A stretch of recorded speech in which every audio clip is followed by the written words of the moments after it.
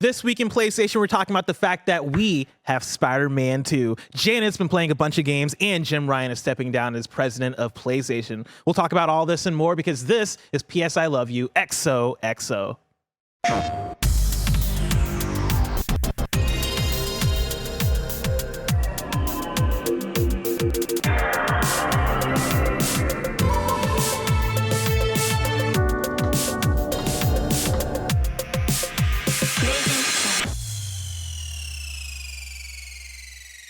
Yo, what's up? I'm Blessing. That's Janet Garcia. That's Barrett Courtney on the ones and twos. And this is PS I Love You XOXO, your weekly PlayStation podcast that you can watch live on patreon.com/KindaFunny or later on podcast services around the globe. Remember, you can use Epic Creator Code KindaFunny on all Epic Store and Epic in-game purchases like Rocket League and Fortnite to help support the channel. To be a part of the show, head to KindaFunny.com/PSILY to write in with your questions, PSN messages, and more. And remember, patreon.com/KindaFunny will get you the show ad-free plus a bevy of bonus content. Thank you to our Patreon producers, Brave Athos, Jedi Master Deadpool, and Delaney Twining. Today we're brought to you by Rocket Money, Shady Rays, and DoorDash. But let's start with a PSN message from you. Calvin Perez writes in and says, given that Insomniac released the Spider-Man 2 partial trophy list, do you ever look at trophy lists before playing the game? Or at what point do you start checking in on it? Janet Garcia. For me, I don't look before. Because I just feel like the streets will tell me what I need to know. You know what I mean? Like, if it's a bad platinum, the people that are willing to sleuth and do the extra, like, spoiler checking will let me know that information, you know? So I do like to get a sense, like, oh, is it, like, good? Is it hard? You know, whatever, right? Like, is it achievable? But I kind of get that from, like, secondhand because I don't want to spoil the game for myself. And then as far as looking at the list, it's so tricky because there are so many like hidden like when you have the game and can look at the list on your actual like console, it's tough because so many trophies are hidden, and sometimes they're hidden because they're very spoilery, and sometimes they're hidden just because they wanted to hide them and they're like, not that spoilery. So I have a couple methods. Like sometimes I just go for it if I'm like, okay, I don't mind knowing these different like chapters or outcomes, but other times I might like sort of like I look at it, but I'm kind of like almost squinting to like distort my vision just to get like a set, or I have someone else read it sometimes. I'm like, hey, I don't want spoilers. Can you tell me kind of what this is getting at, you know, and help me that way. But it's definitely risky if you haven't like beaten the game to like look at the list because there could be, you know, something really that you don't want to know in there. So I'm pretty careful I'm tentative about looking at it before I beat the game. But sometimes you also want to know like, is there something I should do before I like wrap up the game? So it's like a tough balance. But where are you with that? Like, what are you looking at? What are you not looking at? So typically I want to start a game first because when I look at a trophy list before I even start a game, it's like reading gibberish, right? Collect all the niblets, collect 30% of the like gigantigons. And I'm like, I don't know what any of these things are. And so like, I feel like I'm not getting much when I check out a trophy list before I even boot up a game. That said, like I will early on in a game check out a trophy list to see if it's even worth me trying, because I think when I compare myself to you or to Greg Miller, I think I'm on the lower end of the platinum trophy totem pole. Like I just don't care as much. Like there has to be a game that I really care about in terms of like, oh, I know I'm going to put in all the hours into this thing, or this game feels like it's made to be platinumed. Spider-Man 2, for example, is a game that I'm probably going to platinum, right? I looked through the trophy list of Spider-Man 1, and that was an easier, more attainable platinum. And this is one of those rare cases where Insomniac tweeted out the full trophy list, and not even the full trophy list, I should say, actually. The trophy list, I guess most of the trophy lists, right? It was like a sneak preview. A sneak preview, because of course they want to keep out all the hidden trophy stuff and they don't want to spoil the game. And so they have like a good handful of like, obviously collect all the trophies to platinum, right? But then 100% all the districts, right? Finish the main story, purchase all the gadget upgrades. I won't like go through the whole thing, but you know, all this stuff I read through and I'm like, okay, this makes sense. Yeah, like this seems like it's going to be an attainable platinum. The one thing I wanted to make sure wasn't there is having to play through the game twice. And it seems like that won't be the case. Honestly, but hey, it's not the full trophy list, Bless. Yeah, that's the thing is like I don't want to like, you know, make that commitment already because who knows, it could come out and all of a sudden it's like, oh shit, okay, I gotta play through New Game Plus to platinum. And that was only Miles, right? Yeah. Spider-Man 2018 didn't have that. Correct. Yeah, okay. Spider-Man in 2018, you didn't have to play through twice. I wonder. I hope that they had the sensibility because they knew Miles was shorter right? Of like, we'll put this in as a thing because it's a shorter campaign. Yeah. I hope that they had like the instinct to be like, all right, Spider-Man 2 maybe around the same scale of the first one, maybe a bit bigger, right? Maybe let's not do a new game plus for this one. So the exciting thing now is that Janet, both me and you, and the one and only Barry Courtney as well, we all three have access to Spider-Man 2. I've not started it. I don't think Barrett started it. No, and I can also say that we have Assassin's Creed Mirage, and that's what I'm reviewing. So I have Spider-Man. I don't know what I'm going to get to Spider-Man because I will be reviewing Assassin's Creed Mirage for KindaFunny over on the KindaFunny Gamescast next week. So yeah, Janet, you've not touched Spider-Man 2, right? Correct, not yet. Have you checked out the trophy list that they tweeted out? A little bit. Like I'm looking at it now because I'm like, why not? We're talking about it. Let's get into it. I do like that. A quick clarification / like a double check on my end, because that main tweet says dedicated, collect all trophies. Mm-hmm. Superior, 100% complete all districts. So it is true that you do not need to complete all districts to get the platinum then, right? Because they're kind of just saying like, if you want a completionist, you could do that, but that's not like you don't need to collect all the trophies. Like to do that, you don't need to do all the districts. Am I reading that right? No. No, I feel. The 100% complete all districts is... No, that's a gold trophy. It's a gold trophy. Yeah. So if you look at the emoji to the right, that's telling you what level of trophy that is. Yeah. But the emoji to the right is just a medal. Yeah, the gold medal. That's a. So when you look at the other ones, they'll have like a silver trophy meant medal. to be the platinum? Like the trophy thing? Yeah, that's the platinum. That's the platinum. Collect Yeah. all trophies. Yeah. Yeah, so you will have to that's a bit 100% much. complete all, which was the same in Spider-Man, the original, I believe, because I remember having to like find the last crime. God, those crimes. But hey, I was like, what's the last crime in Brooklyn? but here's the thing: Miles Morales did fix that, so I feel like they'll have those sensibilities there to have it not be as monotonous as Spider-Man. I'm a little scared of that which also I guess like warning of us talking about the trophies in case you don't want to like know them. The resourceful collect a total of 10,000 tech parts. That sounds scary. I'm a little scared. Yeah. Maybe that gets collected really fast. That's the thing. I'm going to go for it, I think, no matter what. I think so too. Because the Spider-Man 1 Platinum, took me 30 hours maybe? It didn't take me that long to get the Spider-Man 1 Platinum. And so I imagine the Spider-Man 2 is similar because that worked out so well for them. Insomniac knows what they're doing. And I platinumed Ratchet Rift Apart as well. Like that was a pretty straightforward platinum, except for one thing that bugged out for me. But like for the most part, I think Insomniac knows what they're doing with the platinum. And so I'm going into this with the expectation that I'm going to do that.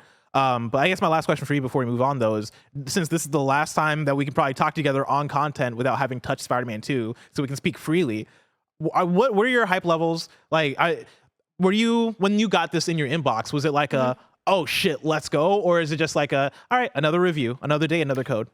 It is kind of an in-between. I wouldn't say it was completely like, oh shit, let's go. Like I am very excited to play it, but just to be like transparent about my feelings about it, like this was coming down the pipeline and I'm like, okay, this is going to be a transitional moment in my life, which sounds very dramatic, but I'm like, cause I'm doing my gaming thing. We're playing other games and I'm like, when Spider-Man 2 hits, we're throwing all those games out the window and we're going all in on Spider-Man 2. So like, there's my life before Spider-Man 2 and then my life after getting the code. So like, for me, the code coming in was like, it's time to say goodbye to the other games. Like we'll see them later. They'll be there when we're done, but I'm planning on I'm really excited about this because I think this might be my first time really being around for reviewing a Spider-Man game for being in that review window. Because I think for Miles, was I on the show yet when Miles came out?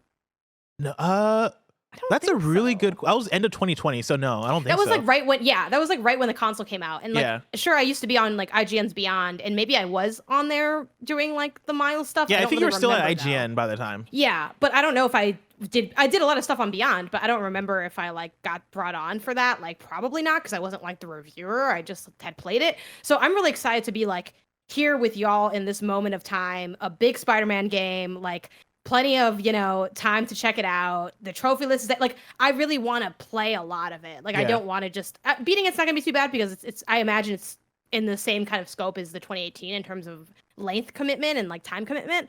But I really want to dig into the weeds, like do the trophy hunting, do a lot of the side stuff. Like I want to live in this game on a deep level, and I'm excited to do that. But that also does mean saying goodbye to the other games. So that's the part that's kind of like bittersweet about it. That's why and granted, I'm in a different situation than y'all, like, I don't have to play this right away, which is why I'm like holding off on it, because it's like once I'm done with Mirage, I kind of don't want to start Spidey right away. Like, I want to get back to Sea of Stars. I've yet to finish it, and it's such a special game because I know, like, once I start Spidey, like, that's just going to be everything. So, yeah. Hell yeah. Yeah. What about you? What was your feeling before we move on? I'm probably similar as you, where like it's not like I'm stop everything like Spider-Man 2 is here. Like, I think there was this feeling of even when Starfield, that code came in, where I was like, oh shit, like Starfield, we have Starfield. Like, we can finally get the answers to what this is. Or like God of War Ragnarok, where it's like, oh shit, like Ragnarok is here. Like, stop everything. I gotta play this. Spider-Man 2, of course, I'm excited for, but I think it's the thing where going into it, I have more questions. I have answers already to like those. Like, we know what Spider-Man 2 is gonna be. It's gonna be more Spider-Man. I'm going into it like, oh yeah, I'm ready to have fun. I'm ready to swing around New York, but it's not like the unknowns of Ragnarok or the unknowns of a Starfield. I think for me, I'm more excited going into it as a Rare sequel review, right? Because like I've been kind of funny for 3 years, and Spider-Man Miles Morales was a game that I reviewed toward that first year of me being a kind of funny, and now I've been around long enough to where I'm starting to get the sequels to games that I reviewed 3 years ago. And so like this is my second Spider-Man game that I'm reviewing for kind of funny, so it's going to be very interesting and fun reviewing this game as a follow-up to, all right, Spider-Man Miles Morales, I felt this way about it in the review, and I talked about these things.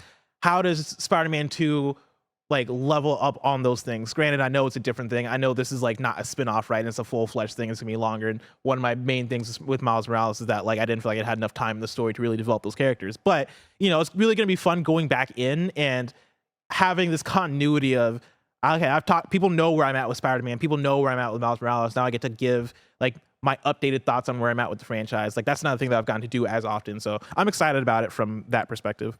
Also, like, I'm excited for all the like dumb fun that's going to be had. Like, I want to see how like the wingsuit stuff feels. And I believe there was an article that came out a few weeks ago. I forgot who had written it, so apologies on that. But that said that you can like ride the rides at Coney Island, I think. Oh, so yeah, I saw that. I'm excited about that. Like, I don't know when, like, we're beelining to Coney Island. Forget the story. Like Venom's wreaking havoc on the city, and you're just on a Ferris wheel. Yeah, like, in the spider suit. I'm so, like, excited about that kind of stuff. And, like, I'm hoping to have a more thorough playthrough, simply because I've really enjoyed, I'm trophy hunting now in Miles Morales. Like, I did that on stream. And digging in more into the weeds of the systems deepened my appreciation for what they were doing. So I'm hoping to, like, really go over this with like a fine-tooth comb. Hell yeah. But yeah, I'll see you on the other side. Yeah, we can text about it once we start playing. Once we start playing, we can't talk about it on the show anymore. So there you go. There's your Spider-Man talk. See y'all at the embargo. For now, enough about Spider-Man. Let's talk about topic of the show. Ladies and gentlemen, it's happened. Jim Ryan has stepped down. This comes directly from Jason Schreier, and then very shortly after it came from PlayStation. I got a post from Jim Ryan, actually, directly that I'm going to read here. This is posted on the PlayStation website, or on the SIE website, I believe, actually. As you'll have seen today in the news, I've announced my retirement after nearly 30 years at Sony Interactive Entertainment. I did not take this decision lightly, and I absolutely love SIE in our community. But of late, I've been finding it increasingly difficult to strike the right balance between having my home in the UK and my job in the United States.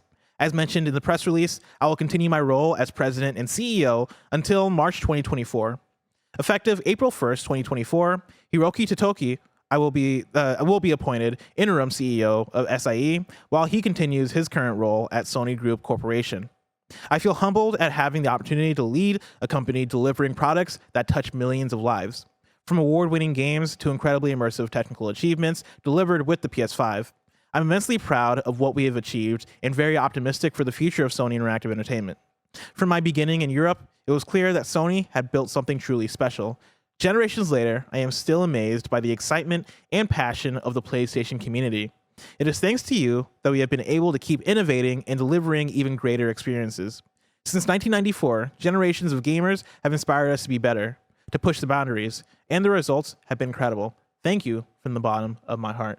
Again, that is a message directly from Jim Ryan. Janet, of course, me and Tim got to talk about this on KFGD earlier. I want to hear what you think, but also I want to just acknowledge and shout out the fact that, like, for the conversation that's going to happen on PS Love You versus KFGD, the way that Greg usually talks about the separation of church and state, the separation of KFGD and PS Love You is like newspaper versus magazine.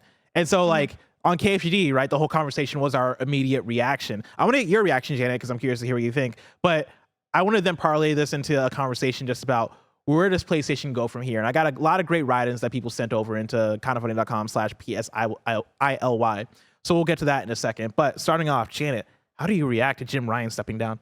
I was shocked. I mean, like, again, it sounds a little dramatic, but it's like, where were you when you heard the news? But like, genuinely, I was recording another show. Like, I was recording the MinMax show when suddenly our chat is like, hey, Jim Ryan's stepping down. And then we're like, I'm pulling up my phone. I'm looking at him. Of course, it's Jason. Who else would it be? Who else would it be but Jason Schreier? Of course. And then, a few moments later, PlayStation put out their thing, punching the air. I'm sure that like, oh, like, I don't, but anyway. So yeah, I mean, I think these stories always come as like a little bit of a surprise in the sense that you never really know when it's going to go down. But I think once you get over a little bit of the initial shock, it's like, okay, well, this is, especially with this being a retirement, because when I first read it, it was just like, he's stepping down. And I'm like, oh, well, like, what's up with that? Like, it kind of had an ominous air to it. But then when it kind of was contextualized as his retirement, I'm like, well, people's careers will continue and move as they like see fit. And if this is like him calling a shot of like, I'm going to retire, here's my like many weeks notice, when you have a bigger job, it's way more of a a long end to kind of land that plane. But it's like, okay, well, yeah, I mean, I am definitely curious to see if his retirement is like one of those more active retirements where he's still like doing stuff in the like industry kind of. But I feel like from this and like the vibe I get, I think he is just like straight up, hey, I've served my time, I've done my work, I'm done. But yeah, any shakeup like this is gonna, I think, at least for me, will momentarily take me aback, just because it's like, oh my God, a big change happening at PlayStation. Like automatically I'm going to kind of perk up at that and be like, okay, well now, again, to bring it to the questions that you're about to bring in from the community, you do have then that question of what's next? What does this mean? How will this impact be felt? And then, you kind of just start to, I guess, wonder for the future. Not in a bad way, but just kind of like, okay, it is a change, and what might this mean? What does change look like? I want to bring in this write-in from Colby, who writes in and says, as someone who wasn't really paying attention to PlayStation when Jim Ryan was hired, can you provide context to his hiring? When he was brought on, what was the temperature like? And what did people expect from him? Thanks a ton. Love the show. Hope we get a PS2 mini. And I think that's a very interesting question to ask, just as far as like, when he did come in. Because they're talking about Jim Ryan coming in to take in the role that Sean Layden had before. And Sean Layden left kind of around like where we look at as like peak PS4 era, right? We started to see those big first party games drop, like Horizon and others, right? Going into Spider-Man, going into God of War, right? Around that time is the time that Jim Ryan came through. And, one of the things that we talk about is like the perception of Jim Ryan from the audience, because one of the things I see floating around on social media is people being like, oh man, I don't know if I like Jim Ryan, like he's all business, oh man, games and service, all these things. And a lot of those things I think are true. I think Jim Ryan as a leader is perceived as a bit more dry and a bit less personality driven of like what his reign of PlayStation looks like. Because when you look back at let's say the PS3 era and how weird and experimental we look at that era being, right? We talk about like the fat princesses and the little big planets and all this stuff. When you transition to the PS4 era, and it is these PlayStation games starting to become a bit more prestige and a bit more big and like a bit more like, oh, we got a thing going here with single player, third person action and like reinventing our IPs or creating these new IPs that are going to be the biggest things in the world. As that's happening, as like you're getting your PlayStation experiences and Sean Layden revealing his crash or his shirts, right? And like, getting all these, I guess, personality driven things. The pageantry, right? Jim Ryan kind of comes through and I think kind of leads with cold, hard business. But I think that's what we get as the audience. And I don't know if that's the full picture when you look at the people that work at PlayStation and work alongside Jim Ryan and like what he does. And so, the things I point to, I got a couple tweets here of people tweeting out like milestones, right? Like Jim Ryan was the PS5 launch. That was his thing to lead, right? And the PS5, you look at it and it's super successful. The only things really holding back the PS5 launch are like COVID and like the chips not being available to create as many PS5s as they want to. Yeah, supply chain issues were really the only thing that plagged the PS5 launch. But and like game delays a little bit as well. Yeah, sure. Yeah, like game delays and stuff like that. But then you move on. I'm pulling from Steven Totillo, who tweeted out on Twitter. key parts of his run. Successful PlayStation expansion onto PC, right? That was a big Jim Ryan thing. They're doing the mobile thing. We've not seen the fruits of the mobile thing yet, but I know that's the thing that they're working on. And then you had like a big run of acquisitions when you're talking about Bungie, Haven, Housemarque, Bluepoint, etc. But then jumping into a tweet from Derek Strickland on Twitter, he had a record-breaking revenue when he talked about $26.9 billion made in fiscal year 2022. New operating income highs when he talked about $3.091 billion in FY 2020. Again, major acquisitions with things like Bungie, but also Nixxes. Nixxes is one to point out as well. Yeah. And then 41.7 million PS5 shipments. Another one I'll pull in here. This is Yuichi on Twitter who tweeted this out. One thing I will say about Jim Ryan is that he made the decision to start locking things down early in 2020 for COVID-19. I believe Sony was the first to back out of GDC that year. He made quick decisions early regarding the safety of everyone at SIE. And that's another thing that like I think we forget, right? In terms of, early 2020, I remember the early news of like, PlayStation's not going to GDC, right? Oh, these people are pulling out from PAX. Yeah, it was kind of like, oh, what? Yeah, like, and you're really? like, oh, and then we're like, never mind, that was a great decision. Yeah, exactly. Earlier we were like, that seems like that seems like almost like an over adjustment. And then you look weeks later, we're like, oh no, they're right. Like that was actually a really, really good call. So as much as you look at Jim Ryan and like it's very easy to go, there's a lack of personality. Oh, games as a service is not going to work. Oh, that one email about his cats. Dude, the email about the cats sits so heavily. No, with that me on one's this pretty day. egregious. That one's pretty bad. All these things are egregious. The cat's really egregious. Like I'm not taking away from but that. I'm saying there's like a full picture that's worth looking at. No, and like literally, this was the conversation. Like what I love that you like brought in, especially like Steven's tweets as well, because like I think Steven's reporting is so fantastic. Like if you're not following like Steven Totillo and Axios, like you're missing out on incredible content and context and reporting. So definitely like go show Steven some love because he does great work. But I love that you bring in all those like factoids and the stats and the contextualization, because I definitely think, again, if we think gut reaction, yes, a lot of fans and even, again, we're creators, but we're also fans. Jim Ryan, it's not your favorite person, maybe in some ways, justifiably so. Yes, on like a more personal, interpersonal level, I think there's always, again, it's very basic sounding, but like games are fun, and it's like cool when we can kind of see that, I think, on display in the way of like presentations and conversations. And I think there's a deep appreciation that the gaming community has for feeling a level of transparency, feeling a level of down-to-earthness. It's things that like Phil Spencer is often complimented on that. Like not only does he have like a great leadership accolades and things like that, but it's also like the way that he operates, the way he moves, the way he is. People really like that about him. Jim Ryan doesn't have kind of any of that stuff. No. But then when you dial it, but when you zoom out, like you said, you do have to remember that like, okay, just because you're not like, I don't know, I'm not excited if I see you pop up on a State of Play or on like a PlayStation showcase, because I know you're just gonna be here to like read whatever's on the teleprompter in a very like dejected vibe. You're also behind the scenes part of a team that's doing incredible things, right? This era that he operated in, and again, we can debate, and we only know so much about how much was that him, how much was it how it was already set up, whatever, right? Like the good and the bad. But the reality is it has been a successful time for PlayStation. So while it's not like automatically in jeopardy or something with someone else taking the reins, and again, this is also where like having good systems and having like a good general breakdown of your organization comes into play, because you always need to be preparing for what's next, right? You shouldn't build a company where it's like, oh no, this is all we have. Like we have this one guy, this one person running everything, that if they go down, the whole thing's falling apart. Hopefully this is something that maybe has, crossed their mind before, and that they've been preparing for, in envisioning what is that next step in PlayStation, and how do we continue what we're doing well, and how do we shake up the things where we could, value or like get value from some new ideas, and what might those new ideas be, I think is the real big curiosity. So yeah, in some ways, I know people are like, oh, I didn't like Jim Ryan, and that's fair and fine. You don't have to like Jim Ryan, but of course.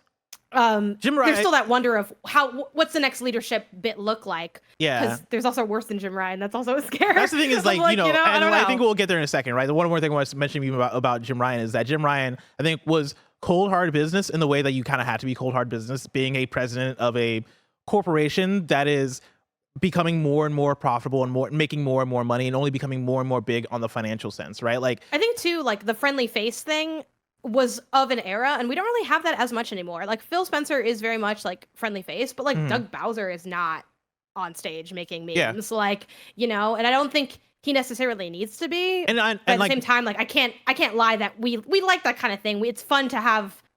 But it's also feel a little bit more personality, and also like get the ideas out a little bit more. And it's just, also like, not a feel requirement. Like you have a sense of identity. Is the thing, like that's the thing, and I think that's the tough thing for gamers to reconcile. Is like Jim Ryan doesn't come off as a gamer. Like he's been at PlayStation for 30 years. I'm sure he's played a video game before, right? Like I think that little level of like the gatekeepiness of what's a gamer, what's not a gamer. Sure, throw that out the window. You'll get Jim Ryan. You're like, all right, sure. I don't think this man is out there playing Xenogears and shit, right? Like I think he's just doing his thing. He's doing his job. Right? Drop your PSN, Jim Ryan. I think Jim Ryan is a businessman that just happens to work in video games. Yes, but I think when you look at the cold hard numbers of the way capitalism works, I think he does a good job, right? I think he's making the decisions that need to be made. Some of those decisions I don't like. Somebody in chat mentioned like, man, I'd love for Japan Studios to come back. And like, yeah, Japan Studios closed under Jim Ryan's reign.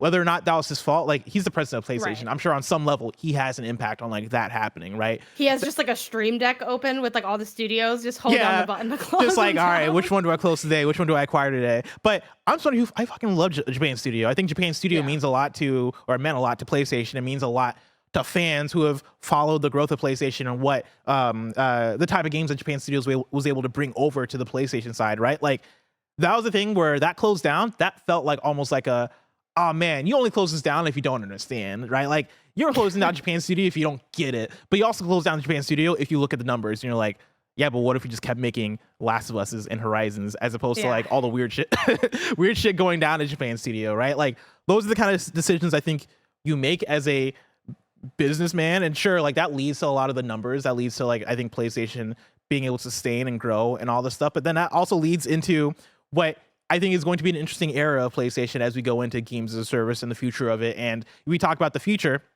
Who is next? Is PlayStation going to hire somebody that is personality driven and somebody that is going to be a Phil Spencer? Or are they going to hire somebody that is going to understand how to drive the ship of where PlayStation's already headed in games as a service? I don't think the latter. I think you're going to, as PlayStation, find somebody who understands the PlayStation that Jim Ryan currently is building and be able to level up on that. I think you're going to look internally and go, all right, who is high up at PlayStation right now that is going to really make games as a service work for us and understands why we need these numbers to work. I think when you're looking at a leader, that's probably where you're going to be looking at. Is it what I'd choose? No, I want Shuhei to be president. But like, I think that's how that goes. But Janet, before we even get into the questions, like, also, this is probably a good time to shout out. Greg Miller has a tweet up right now. If you go to kindafunny.com/store, can you bring up the Greg Miller tweet? Actually, I want to read it on air. Greg Miller tweeted this out. PlayStation needs a president you can count on, believe in, and loved the PlayStation Vita with all of his heart. Shoe for president. Ladies and gentlemen, right now, if you go to kindafunny.com/store, you can get your very own shoe for president shirt. Do you think Shuhei Yoshida is surprised by how much of like a fandom he has around him? Or does he just like, yeah, this makes sense? Like, is he looking at this? I mean, like, after knowing Greg Miller for for more than a decade at this point, I feel like he's just got to roll with it, you know? Yeah, I think he just rolls with it. I love the president font on this, the PlayStation style font. I love PSP, PS Vita. CJ on the Patreon chat says, I don't think Shu even wants to be president. No, he doesn't. Shu is chilling right now. Shu's like just playing some indie games and going, yeah, I think this would be good on PlayStation. Like, which also to that point, because like, yeah, would it be fun if Shu was president? Yeah, I'd pop for that for sure. Oh, for sure. I'm just a Shuhei fan. I think all of us are. But there's also something to be said about people that are good at the roles that they have and happy in the roles they have. And I definitely think that's also Shuhei, right? Where it's like he is in a lane that he's incredible at and that he seems to really like, and he's like, I'm not gonna let that go. For what? Yeah, like I'm so I can shut down Japan Studio. Like, no, I'm right now, I'm beloved. The people love me. Yeah, I'm chilling. I'm doing my thing. I'm on the portfolio team, getting indie games. They're shine. I'm doing my thing. Also, shout out my dog Nick96 says that was a quick turnaround for the shirt. Shout out to Roger Picorni who made that shirt like late in the day yesterday, right after the news broke. After the whole team was like, hey, we should do something to celebrate this. Also, we should give Shu a push because we love Shu. And so, yeah, go check out that shirt. If you watched the video version, you already saw the design. But, like, if you're a listener of PS Love You, I'll tell you right now, you want to see the shirt because it is everything you want. KindaFunny.com/store. I think also because a lot of people have been memeing, Shuhei for president and things, so the shirt's gonna fit, just slot right into our lifestyles already. But I think I remember seeing someone be like, Shuhei doesn't want to be president, like he likes his life now, and they like quote tweeted I think one of his like posts, and I don't know if it was this one, but there's like one where he's like just having like a delicious cinnamon roll breakfast and like licorice ice cream, and like this man doesn't want to be president. No, not at all. Like, he doesn't want. He's got a great life. Man's Why chilling. would he give this up? I want to bring in this question from Thunderstruck, who writes in and says, "Holy shit, what is up? Yes, I love you, crew. With the bombshell announcement of Jim Ryan stepping down as president and CEO of PlayStation, I'm curious what this means for the future of PlayStation in terms of the live service future. Where do you think PlayStation realistically goes next? Do they stick to the plan or pivot somewhere else in terms of content? And if you were tapped to be the next president of PlayStation, where would you place your focus for 2024 and beyond? Can't wait to hear your thoughts, and great work as always." So this is basically the topic of the show. What is next for PlayStation? Ask the audience. Janet, I'm going to ask you right now. What is next for PlayStation? Where do they go in 2024 and beyond? The more hearing you talk about it really recontextualized for me that I think they are probably just gonna, find a leader who believes and has the expertise to do the games as a service thing, at least presumably, and then rock with that. That probably does make the most sense. Part of me is like, what if, like, I dream about them switching it up, I think. Like, I understand why they're doing the games as a service thing, and I think if they're gonna go in and do it and they want to be successful, they do need to, like, we had this debate when we talked about your Blessing Show episode, breaking down, like, is it working or not? And I'm like, well, they're going to need to put a lot in, and they're going to get a lot of failures as a result. And, like, my concern is, like, will those failures reverberate so strongly that they leave, like, a lasting negative impact on, like, PlayStation as a brand, like, within the studios, like, in terms of shutdowns or layoffs or anything like that? Like, are you going to roll the dice with people's lives, or are you just going to roll the dice with money, which, like, that's fine. Like, make less money, like, whatever. But, yeah, so I would love for them to pivot, but I think they are kind of deep in this era of trying to work the games as a service. They have I don't think you can call it a new console, but a new, what would you call, like, the PlayStation? God, what the fuck is it called? The PlayStation VR? No, the little controller Portal? thing. Yes. The PlayStation Portal. That? Oh, the accessory. Okay. I guess. Yeah. Peripheral. Peripheral, Yeah. I think. Yeah, so they have, like, that peripheral launching, which, again, not isn't as extreme as a console launch, but it does speak to, I think, where their head's at in terms of wanting to create, like, I don't know, an additional experience to kind of complement the PlayStation. So I do think they're probably all in on that and going straight ahead. For what I would want, the first thought I had when I read this was, like, what would I do as president? I'd pay everyone more money. Oh yeah, make it rain. President. Just walk into a gorilla and throw a bunch of hundreds in the air. Yeah, and then, like, everyone walk gets a raise, into Insomniac, throw more hundreds in the air. And Pixel Opus is back. And also, I walk into Naughty Dog and I'm like, hey, I'm not trying to be rude, but can I get an update? Pick up the pace. Fucking. Can I get an update? Hey Neil, what you doing? Stand up, factions? like, put out factions. God dang it. Who do I need? I'm bringing back Pixel Opus, and they're working exclusively on factions. God. I don't know. Pixel Opus, like, so. walks into the Naughty Dog studio and they're like, all right, I don't know. We make fucking graffiti games, but I guess we're gonna make factions now. Why not? Let's mix it up. That's my answer, basically. Which is, I don't know if that's, like, a non-answer, but I do think they're going to probably lean into the games as a service at least a little bit. I think they're gonna. Well, I feel like their attempt won't be very good, and then they'll cancel it afterwards, and I'll be like, that wasn't really even a strong attempt, but maybe cutting your losses is better than not. Well, that's my vibe. Sam Heaney, I think, is in a similar place. Sam Heaney writes in and says, "Don't fix what ain't broke. Continue the trend of the past decade or so with high-quality first-party single-player AAA titles, but don't rest on laurels. Use the capital and consumer trust/loyalty that they've earned to continually experiment with new IP in various forms. Continue nurturing third-party relationships and acquire talented studios that make sense. Remedy, Rocksteady, or KJP are examples that all make sense to me, but acknowledge that none would likely be interested." There is the argument of don't fix what isn't broken, right? Stay the course. And in here, Sam Heaney is referencing, like, the single-player output that we love, right? Like the PlayStation that we've known for the last decade that's been killing it. That's not necessarily bringing in, like, the upcoming stuff into it, but I think that'll be part of it, right? I think when you talk about invest in experimenting, invest in new IP, like Concord and Fair Games, these games are experimenting, right? That is new IP. That is an investment that you're making to see what's going to hit, what's not going to hit. And I think it goes back to what you're saying, Jan, of like, hey, a lot of these might be misses, but if you get 1 or 2 wins, is that going to be worth it for you? Possibly. I want to bring in another one from Big Bad Beluga, who writes in and says, I hope PlayStation starts returning to their roots of taking chances and being different. The PS2/PS3 era of weird first-party originals is long gone in exchange for existing IP and service games to guarantee recurring revenue. I want to see the Sony that took a chance on Demon Souls, on Resistance, on Patapon. Stop chasing trends and start making them again. Interesting one. How do you feel? I feel like those are two like almost opposing ideas. I just feel like I don't know. I mean, I definitely don't want to be all doom and gloom in terms of I don't know. I feel there's a lot of conversations sometimes around like all games are the same, all AAA is stale. There's no new idea. Like I think that's a little head ass. Like that's a little dramatic.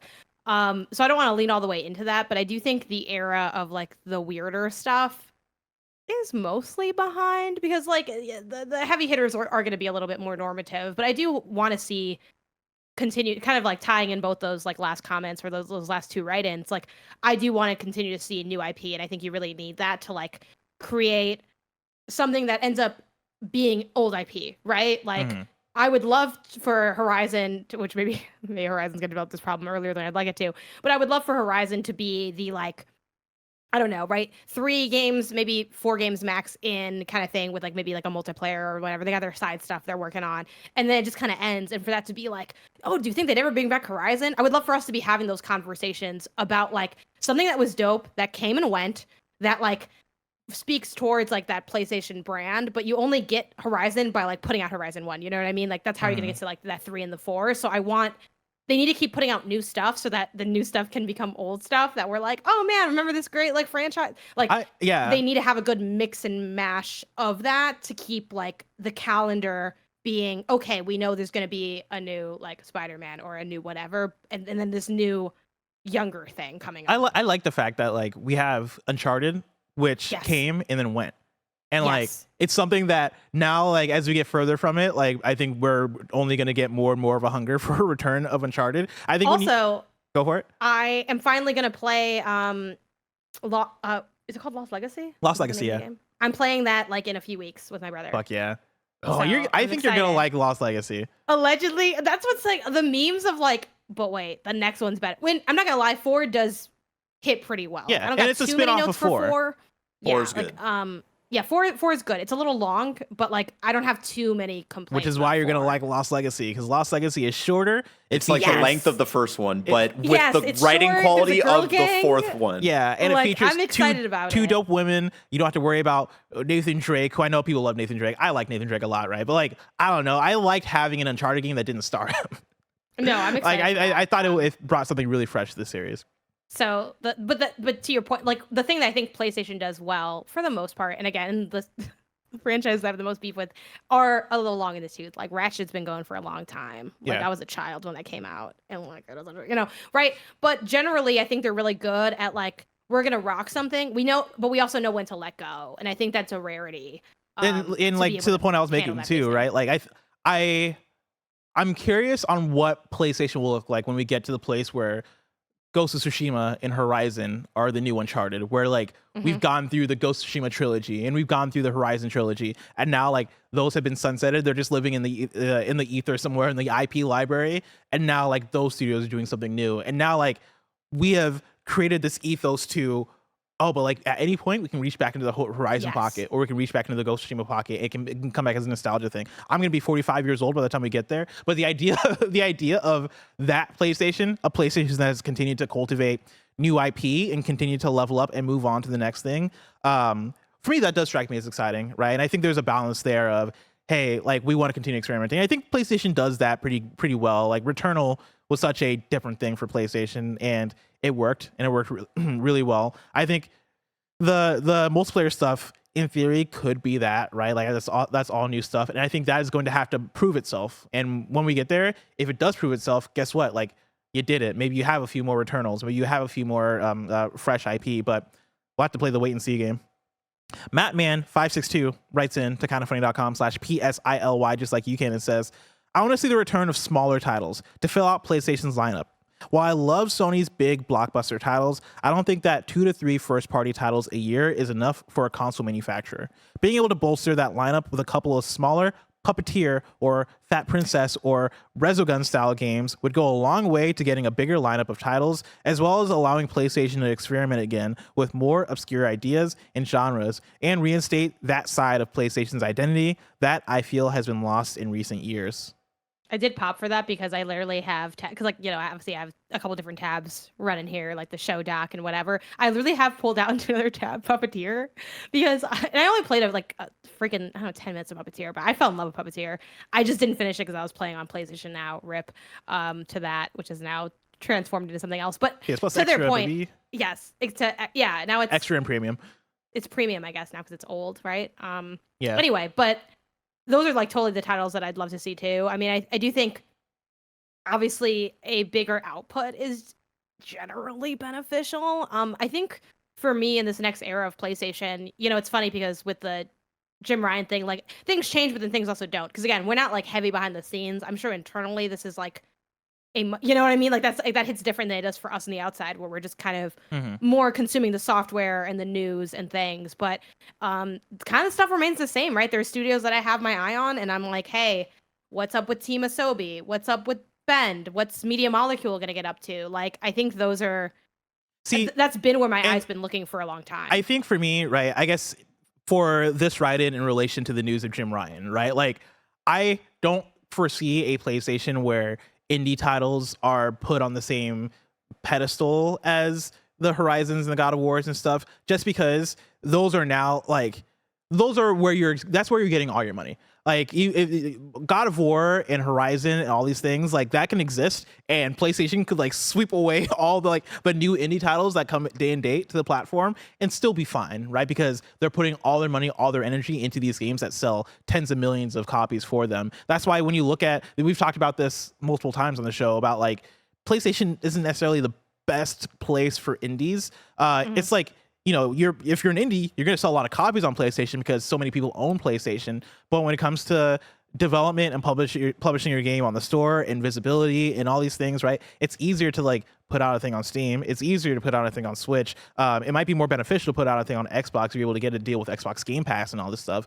PlayStation doesn't necessarily have the impetus to really put in the effort to giving indies like that level of pedestal on their platform when their money is made so much from the first party stuff. Like, I would like to see that stuff happen, right? I would like to see and I think it's that plus the fact that we have games like Stray, we have games like Sifu, we have other games that are these third party games that come on the platform because PlayStation and like Shuhei's team in particular are talking to these devs and giving them reasons or giving them money or giving them PlayStation Plus extra access or giving you these different incentives to come through. And then you have those moments of like, oh, here's a Kena Bridge of Spirits that is exclusive at launch for PlayStation. And I think that for them does more than what a Puppeteer even would, right? Puppeteer, and I would have to double check this. I believe Puppeteer was like made in-house in PlayStation. Was that Japan Studio? Yeah.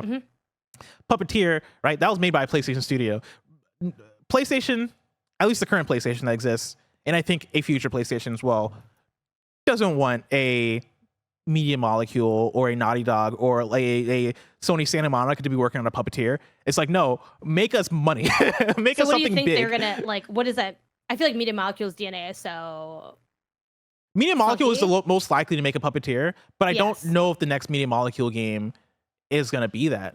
I think. What do you think? You think it's live service then for Media Molecule? Are they gonna be in the funky live service train or something? I think the next Media Molecule game will probably be a Little Big Planet.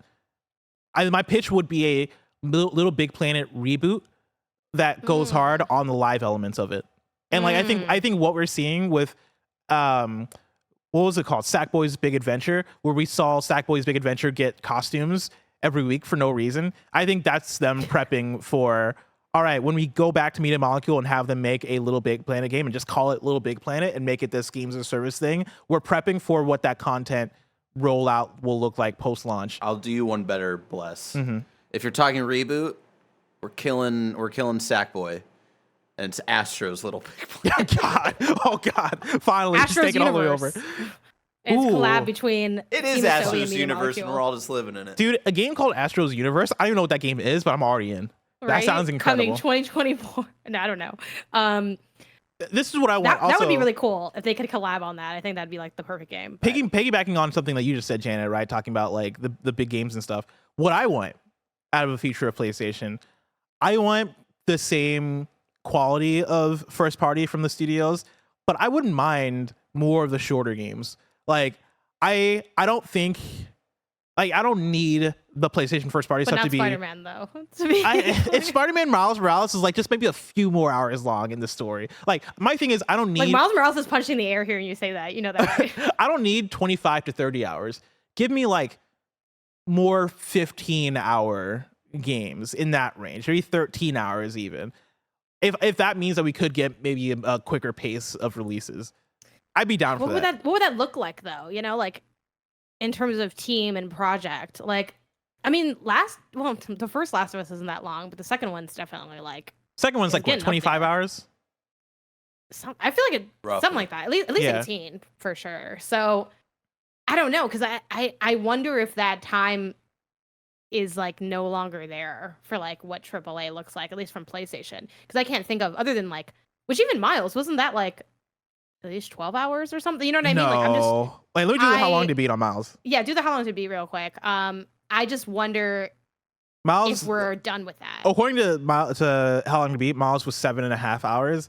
Okay. And like honestly, if you skip all the cutscenes in that game, that shit is like 4 hours. Because my second playthrough, And that's why that You're like, trophy half is an so hour, really? easy.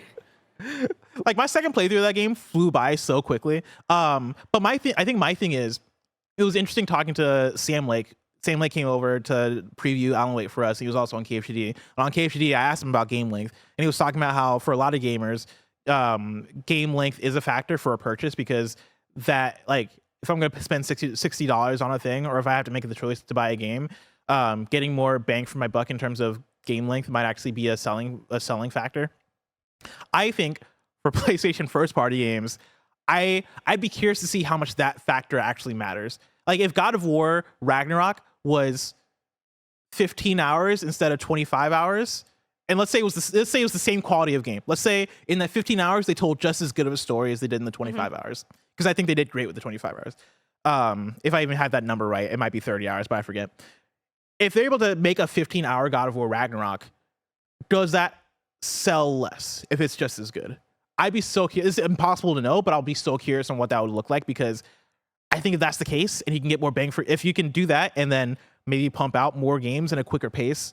I think the issue is like PlayStation has, and this is like it's not like a bad problem to have or anything. I guess in a way it's a good problem, right? Because you kind of, I feel like as a studio, if you can have a higher hour count, like a meaty hour count, like unless you're, you know, having it be very bloated, most people aren't going to be like, oh, it's too long. Because usually when people say something's too long, it's not necessarily the time, it's like how the time feels. And to your point with Miles, like I do agree with you on like it felt too short. Not because it was literally too short, but just because I didn't feel like I wasn't fully satisfied. Yeah, with how the for me, story was paced out. That's my thing. Is like I think the main story progression I didn't like the pacing of it. It just felt too quick. I didn't get enough out of those characters. I think though, like with what PlayStation, you know, it's funny because they're all still different studios with different styles and different like writing and ethos and all these things. But I think one of the connective through lines is their pursuit of like almost like an epic in terms of storytelling. Obviously not as long as an epic, but you know, like there's a lot of grandiosity lately to a lot of the storytelling they have. Even if you think of the jump from like Last of Us 1 to 2, like that hour count is like way the gap is pretty significant. Yeah. And again, now we can debate, was Last of Us 2 too long? Did it need 8 endings? Like, I don't know. You know, it's like, okay, I love Last of Us 2, but I'm not going to lie. When I got to that last area, I was like, we still in this? Like, okay. Yes. Like, and I was tired. I was tired in Santa Barbara. I'm not going to lie to you. I was looking at the clock. And that's my thing. Is this is actually to my argument. Last of Us, 15 hours. Like, that's the length I want. Last of Us Part 2, in my argument, yeah. Like, I think in terms of pacing and length, I way prefer The Last of Us. The best short-ish game of our generation. This is so dramatic of our generation. But Control, I think, really nailed it. And again, it's not PlayStation, but it's like 11 and a half hours. I think that game is fantastic. I have almost no notes except for the map is bad. And it was a little like rough performance-wise when it launched, but like that game does not feel like it's only 12 hours or something. Yeah. But I don't think. Yeah, I don't know. PlayStation just they got chunky tales to tell, so it's hard. I think to imagine them landing other than spin-off stuff like what we were talking about with Lost Legacy, where you're like, oh, and I think Lost Legacy also perfect length. I do think Miles would have hit differently for everybody, myself included, if they said this is a side game, because then I wouldn't have had the same expectations. I think they implied it though. Like I think for me, I was going into it as a side game, right? Like I think the fact that it was $40, $50, I forgot how much they charged. But the fact that they charged less than the $70. Yeah, but it's still mainline, so it's like, you know, and I know it's now we're getting into semantics, and which is a little bit silly in itself, because at the end of the day, like, oh, is it a good game, whatever, right? But like, and Miles is still a great game, but I do think this is kind of part of our bring it back to like the write-in, that conversation about, you know, the idea of shorter games at a higher rate from PlayStation.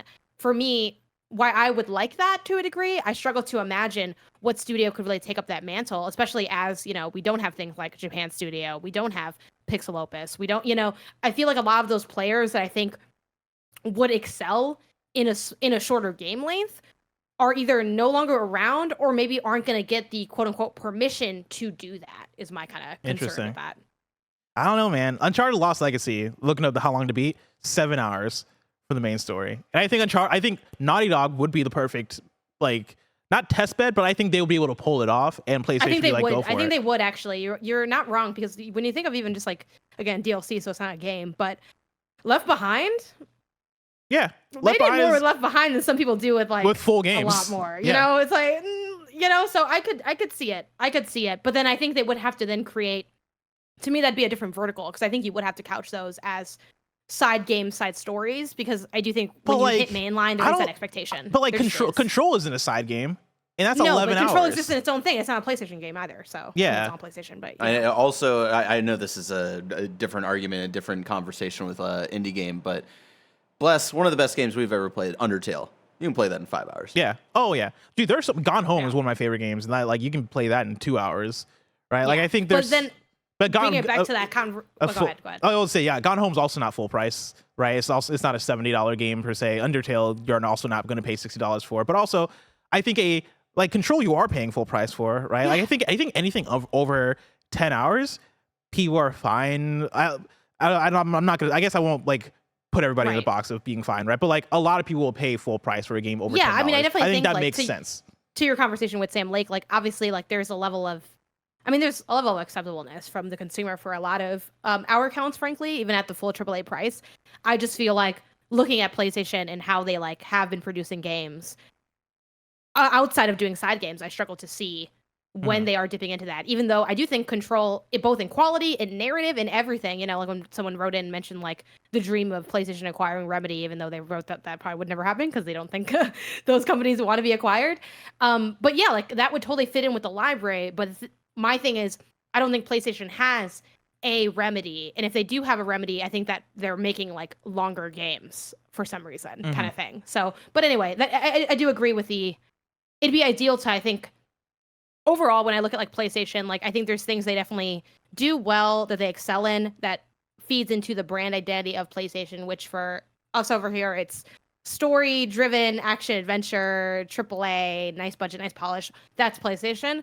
But I think it's always beneficial to have additional verticals to hit. And I do think that they are kind of running the risk of being a little bit like so in their lane that their other lanes aren't really thriving. And that's the whole point of like them trying to go into this games as a service thing. Again, is that a lane they should be dipping into?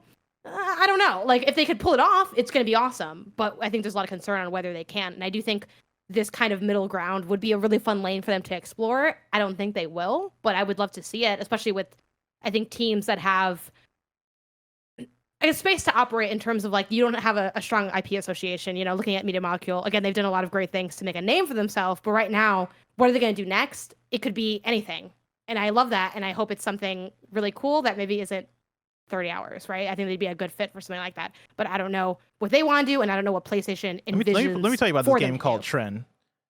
the more people. I know, play. but even that, but, you can't buy Trend though. You have to buy Dreams to play Trend. Yeah, but like it's still a game. It's still like Trend. Yeah, and again, in a week or year, I'll put Trend in my top 10. Hey man, this is a Dreams apologist show. Like I love Trend so much. Me too. Like I have so many Trend, Dreams feelings. Here's the thing: if there's a puzzle game category at the Game Awards, for sure I'm writing in Trend. I think there is, isn't there? No, I don't think there's a puzzle game category. Yeah. He should add that. Why do we have Family Game? Take that out. Put puzzle game in there. Dude, that's what I'm saying. Let's write a thing to check you. I'm so tired of honestly because nobody knows what a family game is. I'm gonna write Trend into family game. Fuck it. Just cause fuck them. Well, also because I love Trend. Well, if Sifu can be best fighting game, Trend could be best family game. Because obviously no one's calling out how dumb some of us are. Don't remind me about Sifu. I know it's from Inside the House because again, you were on last year's thing through Kind of Funny, and I was on there through Mid-Max. So I get our community fucked up. I'm pretty sure Kind of Funny wrote in Sifu for best fighting game. I was mad. I was mad for like a week. All right, I'm not gonna name names. I mean, you could just say me and Roger. Barrett and Roger. Why are y'all embarrassing? Fucks, man. We don't give a shit. Nothing means anything. They're just fucking words. Grow up. This means anything, but we're still making the show, Barrett. It's a video game show. None of this matters. Anyway. And here's the thing. I love Sifu more than multiverses. Sifu's not a fighting game. You fight in it, though, God damn it. So you fucking walk in every game. Is every game a walking sim, Barrett? Yeah, is there a walking sim category? Because if there was, we'd write all the games in. Man. Let me put Red Dead 2 in. Checkmate. All right, for the next 30 seconds, I'm going to need none of us to say curse words, all right? Because I'm really trying to get to this ad. But while we're here, I will say, if there's a puzzle game category, all right, we're talking about Train. Does what was the game that we're all excited for? Viewfinder make it in there? How do you know I was talking about Viewfinder? Because I know you, and That's I know fair. what you mean. You know what I mean? Fair. We could be like, "What's the one where the guy has the hat?" And someone will be like, "This one." It's like, yeah. Viewfinder. There's a lot of good puzzle games. Cocoon. Cocoon just came out. I had to is that out yet? Okay, well, the reviews are out at least. Oh, Humanity. Humanity's in there too. It's a great year for puzzle games. I was over. PlayStation was rocking Humanity. It was a good time. It was on. You could play it in VR. Exactly. I did play it in VR. Oh, how was it? Pretty cool. But it was good. It was decent. Pretty cool. Pretty cool. That's pretty cool. Ladies and gentlemen, you know what else is pretty cool? Patreon.com/kindoffunny. Over on Patreon.com/kindoffunny, you can go and get the show ad free. And speaking of ads, let us tell you about our sponsors. This episode is brought to you by DoorDash. Did you burn your last piece of toast? Have the avocados gone bad? Is the hot sauce bottle empty? You could try grocery delivery from DoorDash. You'll get everything you want delivered when you need it right to your door. You've trusted DoorDash to deliver your restaurant favorites, and now you can get grocery delivery that actually delivers too. You already know how much all of us here at Kinda Funny love DoorDash, but with thousands of grocery stores to choose from, you'll find the best in your neighborhood and boost your local economy with each and every order. You'll get exactly what you ordered, or they'll make it right. You want even more value? You can save on all of your grocery and restaurant favorites with a $0 delivery fee on all eligible orders with a DashPass membership. With easy substitutes right in the app and best-in-class customer support, you can get 50% off your first DoorDash order up to a $20 value when you use code KINDA at checkout. That's 50% off up to $20, no minimum subtotal, and $0 delivery fees on your first order when you download the DoorDash app in the App Store and enter code KINDA. Don't forget, that's code KINDA for 50% off your first order with DoorDash. This episode's brought to you by Shady Rays. Take on the sun with gear built to last. Our friends at Shady Rays have you covered for the warm weather ahead with premium polarized shades at an affordable price. Shady Rays is an independent sunglasses company that offers a world-class product that's just as good as any expensive pair we've worn. Durable frames and extremely clear optics for outdoor adventures. And that's not all. Shady Rays offers the most insane protection in all of eyewear. Every pair of sunglasses is backed by lost and broken replacements. If you lose or break your pair, even on day one, they told us they will send you a brand new pair, no questions asked. Wear your Shady Rays with confidence because they have your back long after you purchase. Every purchase supports the Shady Rays Impact Program, which works directly with nonprofits and their communities to empower and make adventure accessible for all walks of life. Exclusively for our listeners, Shady Rays is giving out their best deal of the season. You can go to shadyrays.com and use code KINDAFUNNY for 50% off 2+ pairs of polarized sunglasses. You can try for yourself the shades rated 5 stars by over 250,000 people. Again, that's shadyrays.com. Use the code KindaFunny. This episode is brought to you by Rocket Money. Rocket Money is a personal finance app that finds and cancels your unwanted subscriptions. It monitors your spending and it helps you lower your bills all in one place. And it has surprised multiple of my friends and people at KindaFunny how many subscriptions they have that they forgot they are still paying for. That's why I'm such a big fan of Rocket Money. It's so easy to cancel the ones you don't want with just the press of a button. No more long hold times or annoying emails with customer service. Rocket Money does all the work for you. Rocket Money can even negotiate to lower your bills for you by up to 20%. All you have to do is take a picture of your bills and Rocket Money will take care of the rest. Rocket Money is a personal finance app that finds and cancels your unwanted subscriptions, monitors your spending, and helps you lower your bills all in one place. Stop wasting money on things you don't use. Cancel your unwanted subscriptions and manage your money the easy way by going to rocketmoney.com/kindafunny. That's rocketmoney.com/kindafunny. One more time, rocketmoney.com/kindafunny. And we're back. Janet, I'm bringing a question from Jacko Dickinson, aka the Backlogs, who writes in and says, the only thing I want to see from PlayStation in the future is better support for fans. They're obviously killing it with content output, both first and third party, but is lacking in services and other reasons to invest in the platform. Recent price hikes for PS Plus, a streaming service that hardly works for me personally in the Midwest, lack of social features to want to connect with people. I find it hard to use my PlayStation outside of anything but first-party exclusives. See, I read through this, and for the better support for fans thing, I immediately was thinking about PlayStation experience. Because I miss like that fan get together, right? Like that always happened right after the Game Awards, and it was always like a fun thing to go to, right? I miss that community element of PlayStation. Yeah, I'd agree, and it's funny because we had the conversation earlier about, which I think we both still stand by. You don't need to be like a personality to be like a president. Like those are kind of not necessarily related. Anyway, like you jumping on camera to do some content, like versus the business stuff behind the scenes. But I do think part of that has inadvertently coincided, like that shift of like personality to not, with also some of that, just a more community feel from PlayStation. I mean, we talk about that a lot on the show, where there is kind of this like, PlayStation will like again throw out like amazing content. They make fantastic games, but it's like there's not like, gathering stuff. There's not as much like heart in anything that they do in terms of how they present this stuff. Again, the games themselves, yeah, totally fantastic, but even just in how like the showcase, pacings that we have, the state of plays, whether or not those are good, there's a lot of, I think, space for growth in terms of PlayStation feeling like a place that it's connecting with community and a place that cares about its community. Again, and that's not to say that they don't care about the community. It's just that we don't really feel cared about in some ways. Like there isn't as much, I guess, effort put in. It's like we're like, just like an old married couple together, and it's like, hey, like let's get a date night on the calendar. You know what I mean? Like let's like have a little like a fan fest something in terms of that. I think for this write-in though, I mean you could always use more like perks in terms of like service stuff for sure. And I do think the price hike was kind of an L in the sense that like even though the service is kind of a revamp of an existing service, I do think it feels like, oh man, a price hike already, like we kind of just got here type deal. So there definitely are I think spaces for growth, but it's funny because this ends with like, except for the first party exclusives, and it's like, yeah, well that's PlayStation's bread and butter. I definitely don't want them to rest on their laurels of how dominant they are in their first party output, because that's how you end up like eventually falling behind. But yeah, I mean, they make God of War, so they're like, does it really matter that we don't have a little fan fest? And like I want them to do both, but I don't know, maybe it doesn't seem to be a priority for them currently. And then in a similar note, Russ Sadler writes in and says, I would like to see a PlayStation leadership that engages with their customer base, similar to the early PS4 era and the current Xbox era. The current PlayStation seems very corporate. Even their state of plays and showcases are mostly disembodied voices.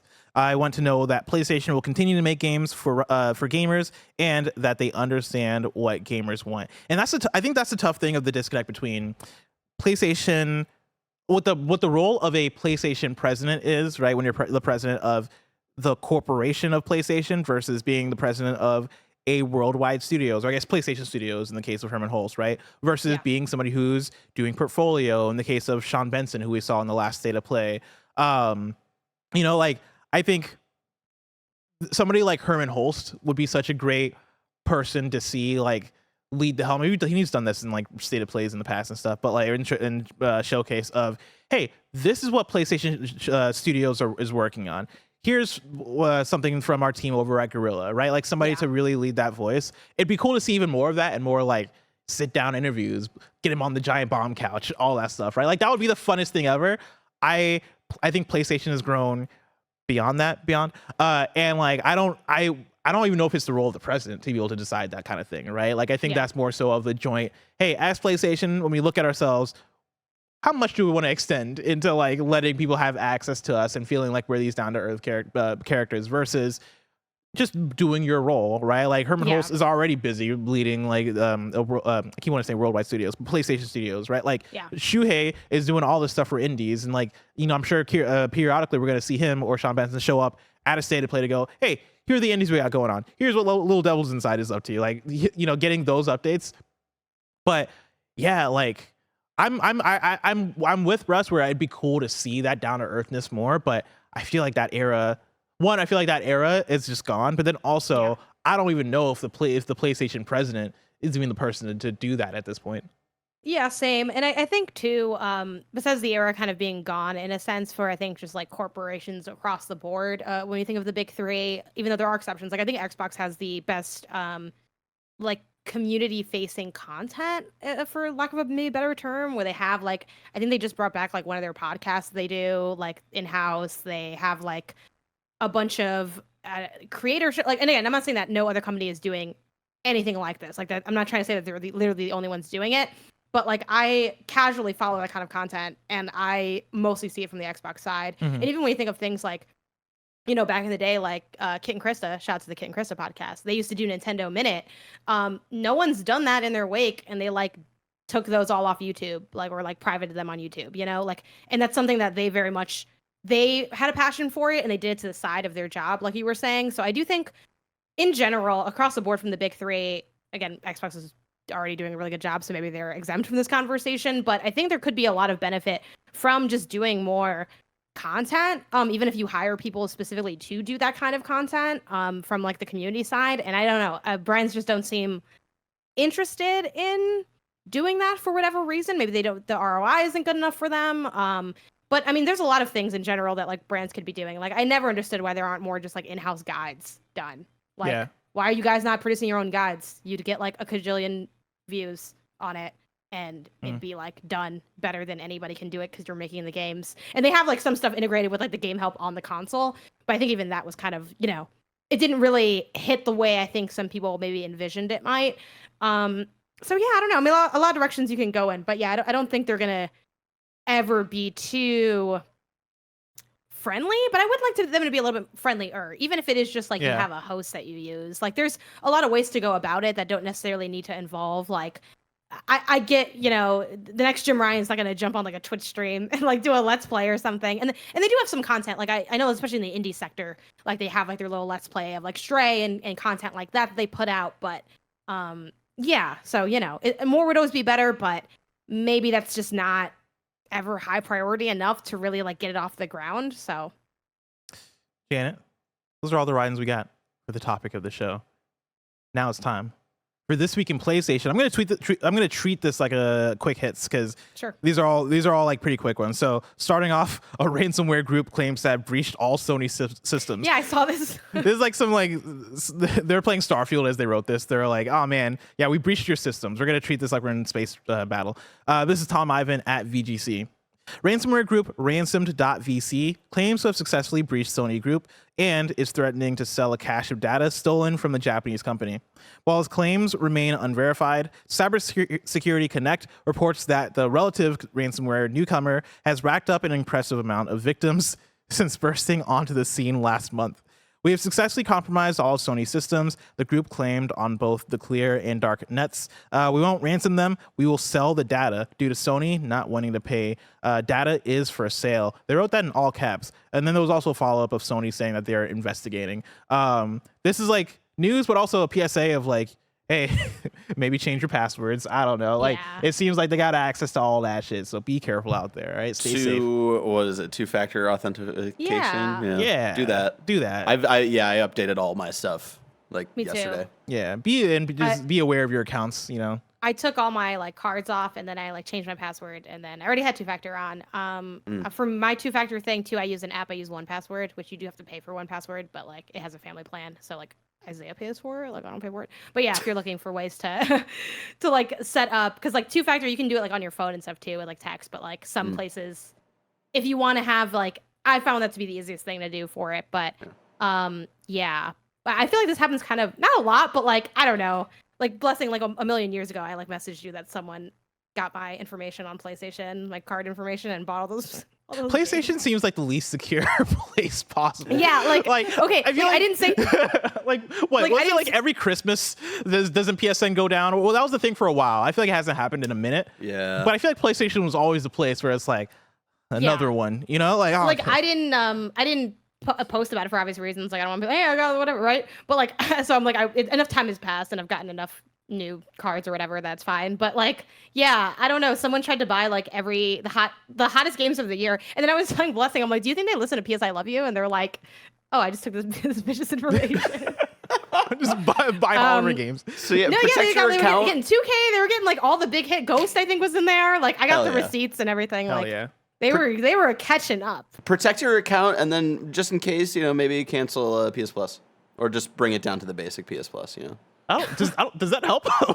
Are you Nah. Phil Spencer? Nah, I'm just extra and whatever the fuck. Premium. Yeah. At the very least, yeah, maybe bring it out from premium to extra. That's just general I'm sitting advice. at extra for the next, I think, year, and then I don't know what I'll do after I'm that. bumping it. I have a reminder on my calendar, Janet, because they sent the email of like, hey, we're bumping up prices like hella. I have my and so like your like price will stay the same until your yearly renew in like November. So I have a calendar reminder on like November 1st to bring it down to the very, very basic, because I'm not touching extra. Extra just always gets me with like there'll be like one game that I'm like, I want that game, and then I'm just there for the next year. I'm playing too nothing, busy trying. I can barely keep up with the codes that you're we right. You're get. not That wrong. like I don't have the time, man. Yeah, premium, like I wish the library excited anymore, but it's just not an exciting library to me. Extra, I think I would have extra if we weren't blessed here and like got codes for games. I could see myself having extra, just having access to a library of games. That's true. I just I have extra right I now. don't love that they hiked up the prices so much for The price consumers. hikes suck. Yeah. It's really high. Another one for you. Sony announces Horizon Forbidden Another West one. Complete Edition. Another one for PS5 and PC. This is Wesley at IGN. They announced it. PS5 is coming out on October 6th, and then the PC version launches early 2024. That's being developed by Nixus Software, and that is going to have both the base game, but then also it's going to have the nice little Burning Shores DLC for you, and it's going to have a bunch of stuff. Apparently, there's a resources pack that comes with it, and so again, if you want Hell some yeah. extra heals, Horizon, boom. Some extra rat skins. Yeah, I got to the resources pack and I was like, "Who's buying this for the resources a pack?" bag of rat bones. Yeah, all right, cool. All right, cool. I'm getting the complete edition for it, but that's very exciting. But what also is exciting is that we got the PS Plus monthly games for October, and they are the Callisto Protocol, Farming Simulator 22, and Weird West. Weird West is actually kind of cool if you want to check that out. I've played a bit of it. I'm sure if you're a that's, like, farmer, Farming Xbox. Simulator 2022 is gonna be a great one too. If you're really a farmer, you're probably playing Farming Simulator like 2023 or 24. You know what I mean? Like, Yeah. these are for like the normies trying to break into the industry. If you like Dead Space style games, Callisto Protocol, If you like Dead Space style games, buy the Dead Space remake. or Damn. Callisto Protocol. Or the medium, right? No, Oh, okay. not the medium. No. Honestly, hot take. Fort- I'd rather Fort play the. Solace. I'd play the medium again before I play Callisto Protocol. Okay, you know what, man? You know what? I'm gonna step up and I'm gonna defend. I don't need to defend Callisto Protocol. I No. like Anyway, the game. but you know what? We don't need to beat it up either. Let's move on. It was good to me. It is not like the hottest month for PlayStation Plus games, but yeah, Weird West is my shout out. It for is what it this, is. Play some Weird this West. trifecta. PlayStation picks for you. The drop this week looks like this. I got Cyberpunk 2077 Phantom Liberty on PS5, My Time at Sandrock, Paleo Pines, Infinity Strash, Dragon Quest The Adventure of Dai, Sonic Frontiers The Final Horizon, Cocoon, and then EA Sports FC 24. It's a big old Goaty. week. have some fun out there. Janet, we picked quite a few games to play on PlayStation. Mm-hmm. I want to talk about. What do I want to talk about? I'm going to give some quick hits of impressions. Sure. I played like 30 minutes of Cocoon. Mm-hmm. Pretty cool. I want to play more. Yeah, I have the code for Spider-Man 2, so I don't know when I'm going to get to it. But from the 30 minutes I played, already I'm very impressed by it. Like jumping in and out of levels and like the puzzles I've already had to solve of like, hey, take this level orb all the way over here to get it powered up, but then go over here to like get the power thing and then come back. Like it is an I've been very incredibly impressed. beautiful game. Like the animation like is thrilling. Like I don't. This is from my. It's really cool. I haven't played Cocoon yet, but it's. I got into a boss fight early on, and the boss threw me out of the level. Bro, the boss fight. Okay, I don't know how it's gonna go, but like the boss, it's like one hit death at least in the beginning, and I hate that in a boss. Like, calm down, okay? Oh, in a puzzle game, slow your roll. But other than that, Cocoon is hitting really hard. I played it at SGF. I haven't played the full build yet, but I am excited to play it, and it's gotten like really rave reviews, which again. That doesn't mean for a fact that it's good, but I feel like everyone's really hot on this. It's really it's hitting like it's hitting right for in the streets to call me Puzzle Poppy. It's hitting that side of me right. Like I wish I could get them to stop saying that too, but what do you the streets love calling me Puzzle Poppy. I've been playing Cyberpunk. I've talked about it all over the place. Fucking love Cyberpunk Phantom Liberty. And then also 88 on Cocoon for Open Critic. Blessing, congratulations for your let's league. Go. Was that was that your counter pick? Did anybody counter pick that one? Nah, I didn't counter pick it. But honestly, like I would have if I was on XCast, and I'm glad that I'm not on XCast. But you counter picked Liza P, which where's that at? 84? Like 82 or something. We did also talk her out of Avery. counter picking Suicide Squad. But that's my bad. I fucked up by listening to us. Yeah. I never fucking listen to anybody but me, honestly, myself. I would have sworn that I would have been on the side of counterpick Suicide Squad. You were not. Was I not? You were not.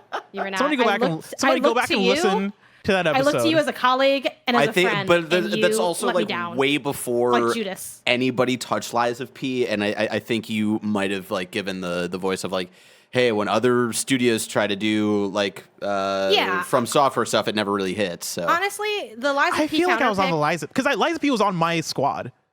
So you liked Lies of P, but you were kind of like, I don't know, you're fucked either way. And like it's fine. When I picked Lies of P, I had played a few minutes of it, and I knew it seems good, but like it landed where I thought it would, which is like low 80s. It's just that like it's an L because I could have not lost any points if I just picked Suicide Squad. To be clear, Suicide Squad 2, like that was before we got that state of play where we saw how that game played. Yeah, but even I had talked about, I'm like, yo, I don't think this is good, and then you're like, oh, Rocksteady, whatever. Okay, anyway, but like old I need somebody go back and listen because I remember people saying that. I don't remember if I was saying that because I think you know what? I think that was more me in Paris. I'm gonna be honest.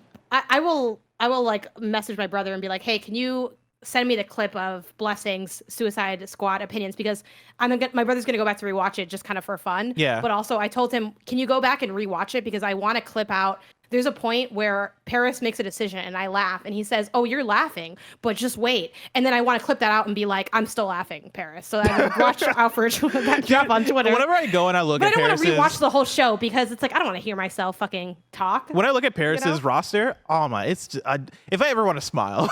The Perez kiss of death. Honestly, you know what's funny? Oh man, that was so confident. Perez's league is so bad that like, even when he picks a good game, I'm like, damn, is that the Perez kiss of death? Like, yeah, no, is this game about to be like next year? He's gonna pick Final Fantasy VII Rebirth. And I was like, oh shit, he must know this game's gonna be bad. Damn, this game's about to be maybe terrible. I gotta get out the way. No, Perez is doing so badly. Yeah. Paris is somehow in last place, and that's with Gary Whitta, who does not touch this whatsoever. And he wasn't here for the draft. And, wait, does Gary have $150? Yeah, we start off with 100. Well, so that was part of the trade, right? Is that Greg was going to give him like a bunch of money in Fantasy Critic. Gary doesn't know how this game works, and then also promote Gundog so Greg could get. Gary 100% thought that more money means that he's going to be like higher up in the rankings. I think Gary just doesn't care. I mean, that's why his thing is I don't give a fuck games, right? Like he doesn't give a fuck. Yeah. So to be losing to the person who doesn't play is like, oh, Gary wild. has Liza P. Gary does have Liza P. Why did I thought I had Liza P. And that was a 4th round pick, man. Mm-hmm. Yeah. What were your first 4 rounds? Let's see. I had Hollow Knight Silk Song in my first My first See, round. and Oh yeah. also, though, as I predicted, like even though Wolong didn't come out yet, like Wolong and Lies of P scored near the same because they're like the same kind of game. Even though I think Lies of P is way better than Wolong, but Yeah. Anyway. God, yeah, that's not. Also, you're gonna draft Sea of Stars, but you're not gonna play Sea of Stars. Bless, come on, don't do that. It is turn based. Can you imagine if the rule was like for the points to count, you have to beat the game? That would suck. Or at least play it I would for have a to play couple Football hours. Manager 2024. I think you ate with Wizard with the Gun though. Also, that's like your next big one that I'm. Oh yeah, I think excited to with see. the gun is gonna be a sleeper hit. I don't think people realize that that's gonna. I think it's gonna. It looks I mean, great. did we It's also say Devolver. that about Gunbrella? That's true, and it only got 80 points. Which But is- also, that's like, still, just that's no one still talked 10 about the points. game. That's still like a Yeah, good. That's no. still a pretty good score. I'm gonna say Persona 5 Tactica. That is a bold pickup, Janet. I think it's gonna bring in above 80. I think it's gonna be like a sleeper hit. Okay, we got to move on. The show is getting Okay. long in the tooth. And then I played some EA Sports FC. And Okay, it's yeah, more of that soccer game. it's And fun. I it's like fun. I played. Mhm. I had to stop myself because I had to play other things and do other things. Same. And I did like 3 online matches in a row, and I was like, oh no, it's happening again. I need to stop. So so I cut good. myself off. But yeah, it's more FIFA. It's not much different. The menus are different. They made like I more feel like regular menus as opposed to the whole tile shit. yeah, they definitely have regular menu, and I also feel like, and maybe I'm blanking on what 23 was like, but I feel like they have the game settings like really cater to like beginners. Like you can have like auto targeting on for your shots, you can have an offsides indicator, you can have auto run for the players. Like you can kind of make the game play itself almost. So if you're, I don't know, if you want to get into it, I do think they have a lot of beginner friendly settings in the game settings section of it. Janet, I want to hear your thoughts on Alan Wake 2 because you got to preview Alan Wake 2. Yeah. It's awesome. I loved it. I think it's going to be a banger of a game. I think it's going to hit a lot of top 10 lists. I enjoyed my time thoroughly with it. My only negative note is I think the lack of they have a map, but the lack of a mini map is rough. And I think because they lean so heavily on in-game signposting, I think it leaves space to get lost. And I took that space and I did get lost, but maybe that's just me. What about you? I felt that. I think I got lost a little bit, but also I think that's part of the game. It depends. Yeah, on like I think there's a lot of content. So like I don't think you'll be too mad that you're lost because there's a lot to explore. yeah, But and it's like I was lost. it's a Resident Evil style thing, right? So like, and depending on the chat on who you're playing as, but like as Saga Anderson, you get to an area where it is, oh, I'm in a theme park, and so like I gotta find the thing, and in an environment like that, I think they really want you to be in the theme park, and so being able to navigate without the map and like just look at the signposting and go, oh, this is the percolator ride, oh, this is over here, and like find the thing and then come back. It's time for the percolator.